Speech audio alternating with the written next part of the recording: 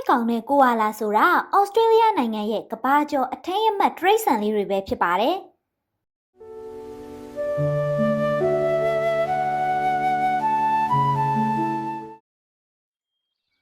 ဩစတြေးလျလို့ပြောလိုက်ရင်လူတွေစိတ်ထဲမှာအရင်ဆုံးပြေးမြင်မိတာကသားပိုက်ကောင်နဲ့ကိုဝါလာလေးတွေပါ။ဒီတရိတ်ဆန်တစ်မျိုးလုံးဟာဩစတြေးလျဇာတိဖြစ်ပြီးတစ်ကမ္ဘာလုံးမှာလည်းတော်တော်လေးနာမည်ကြီးပါတယ်။သူတို့ဟာနိုင်ငံရဲ့တောရိုင်းတရိတ်ဆန်တွေဖြစ်ရုံနဲ့မကပဲထူးခြားဆန်းပြတဲ့ဩစတြေးလျသဘာဝတရားကြီးကိုစားပြုတဲ့အဓိကသင်္ကေတတွေလည်းဖြစ်ပါတယ်။သားပိုက်ကောင်ဟာဩစတြေးလျနိုင်ငံရဲ့တရားဝင်နိုင်ငံတော်အထိမ်းအမှတ်သင်္ကေတတစ်ခုပါ။နိုင်ငံတော်တစိမ့်တုံးပေါ်မှာအီမြူလို့ခေါ်တဲ့ဒေသခံငှက်ကလအုပ်မျိုးနွယ်ကြီးနဲ့အတူသားပိုက်ကောင်ပုံကိုတွဲပြီးတွေ့နိုင်ပါတယ်။ဒီနိုင်ငံတော်တစိမ့်တုံးကိုအစိုးရစာရွက်စာတမ်းတွေ passport တွေနဲ့တခြားတရားဝင်အသုံးဆောင်တွေမှာသုံးပါတယ်။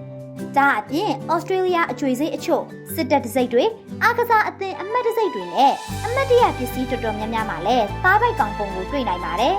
။သားပိုက်ကောင်ဟာရှေ့ကိုပဲခုန်ပြီးသွားတတ်တဲ့အတွက်သူ့ကိုတိုးတက်ခြင်းနဲ့အနာဂတ်ကိုမျှော်ကြည့်ခြင်းရဲ့သင်္ကေတအဖြစ်လည်းအဓိပ္ပာယ်ဖွင့်ကြပါတယ်။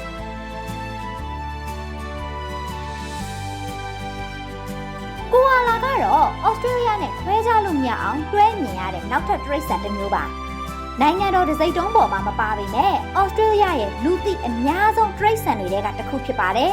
။နှစ်တိုင်းကမ္ဘာလှည့်ခီးတဲ့အများပြားဟာကိုဝါလာတွေကိုတဘာဝအတိုင်းဖြစ်စေတောရိုင်းတရိတ်ဆန်ဥယျာဉ်တွေမှာဖြစ်စေတွေ့ကြလို့ဩစတြေးလျကိုလာကြပါတယ်။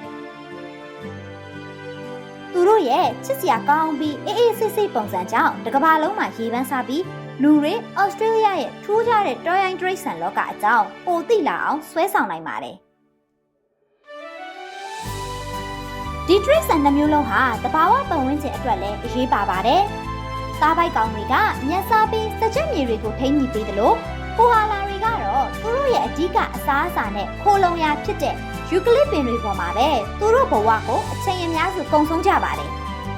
ဒါကြောင့်တော်မီလောင်လာရာသီဥတုပြောင်းလဲတာနဲ့နေရက်ပျက်စီးတာတွေကြုံနေရတဲ့ဒီကနေ့ခေတ်မှာဒီတရိတ်ဆန်တွေနဲ့သူတို့ရဲ့တဘာဝပတ်ဝန်းကျင်ကိုကာကွယ်စောင့်ရှောက်ဖို့ကဩစတြေးလျရဲ့တဘာဝပတ်ဝန်းကျင်ထိန်းသိမ်းရေးမှာအရေးကြီးတဲ့အပိုင်းဖြစ်လာပါတယ်။ဒီနေ့ခေတ်မှာသားပိုက်ကောင်နဲ့ကိုဝါလာတွေဟာဩစတြေးလျရဲ့အမျိုးသားရေးလက္ခဏာနဲ့ယဉ်ကျေးမှုရဲ့အစိတ်အပိုင်းတစ်ခုဖြစ်နေပါပြီ။သူတို့ကိုတရားဝင်အထက်ရမှတ်တွေစာအုပ်တွေ TV တွေမှာမြင်ရတာပဲဖြစ်ဖြစ်ဩစတြေးလျကိုကိုယ်တိုင်သွားလဲလို့တွေ့ရတာပဲဖြစ်ဖြစ်ဒီတရိတ်ဆန်လေးတွေကဩစတြေးလျရဲ့ကျွယ်ဝတဲ့တောရိုင်းတရိတ်ဆန်လောကနဲ့တဘာဝအလှတရားတွေကိုကဘာကြီးကအမြဲတမ်းသတိရနေစေမှာဖြစ်ပါတယ်။